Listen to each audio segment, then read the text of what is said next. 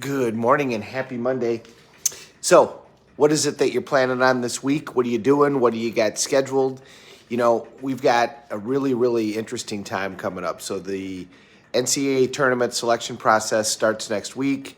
We're getting closer and closer to spring. It's been a pretty cold winter here in the northern Midwest. Obviously, there's huge tensions going on over in the Ukraine, but you got to think as you look at this that the whole thing hasn't exactly worked out the way that Putin thought it would. The Russia banks had to increase their interest rates by 20% yesterday. Imagine that. We're freaking out by a half a percentage point that might happen in March, and they had to increase their interest rates by 20% because of the sanctions that are going on.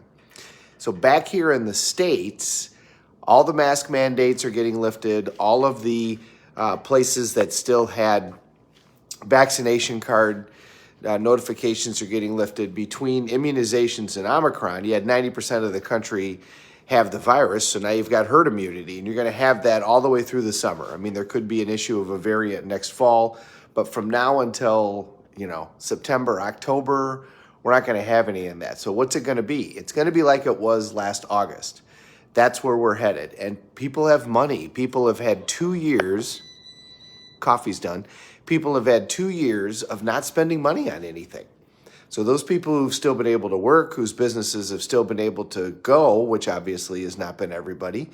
But, I mean, if you've been a government employee, if you've worked for, there have been a lot of businesses that have thrived. You've had 2 years to pay off debt. You've had 2 years to save up money.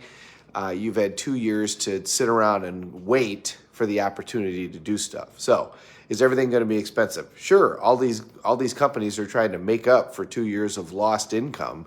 So yeah, things are going to be very expensive, but people have got cash. And so what's going to happen for the next 6 months is there's going to be an explosion. I mean, I was in Chicago this past weekend, and you could just see that it's starting to happen, that there's more and more activity. People are ready to go out. People are ready to shop. People are ready to see theater. People are ready for movies if there was anything out for us to go see. So what is it that you're going to do over the next 6 months? What's your plan? What is it that's going to happen? What is it that you're striving for? What are you going to start thinking about today as we start March here tomorrow?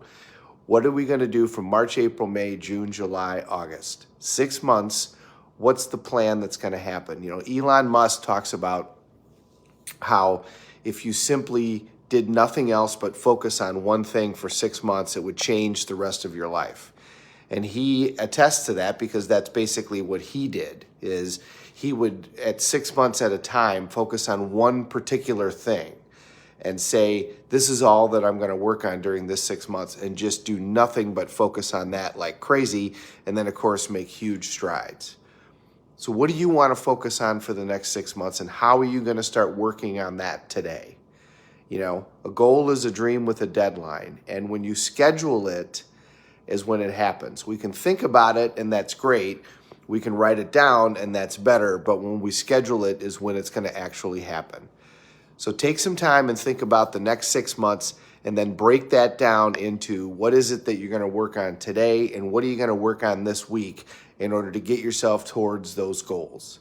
We're all going to arrive 10 years from now. You've heard me say this. 10 years from now, 20 years from now, we're all going to arrive. It's a matter of where. Is it going to be a place that you specifically targeted and scheduled and said, this is exactly the outcomes that I wanted? Or are you going to be in a river in a boat with no oars, and all of a sudden you're 5 miles from the waterfall thinking to yourself, I wish I woulda, I wish I should have done all of these other things, but now it's too late. You're caught up in the current above Niagara, and there's no way for you to go other than over the falls. The choice is ours as to how we schedule these next times. The choice is ours as to what we do. So make it something that 10 years from now you're proud of, that you look back and you go, I did what I came here to do, as opposed to I did what was fun, and then now I'm in trouble.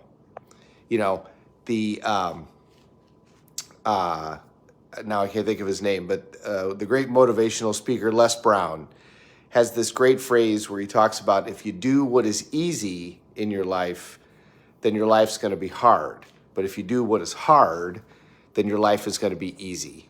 And the hard part is to discipline yourself. But remember, we've talked about habits. You don't have to discipline yourself for long, and then it becomes a habit, and then it becomes part of you. It becomes part of an identity. Have a great day, everybody. Thank you very much for watching. We're all in this together. Let's take care of each other.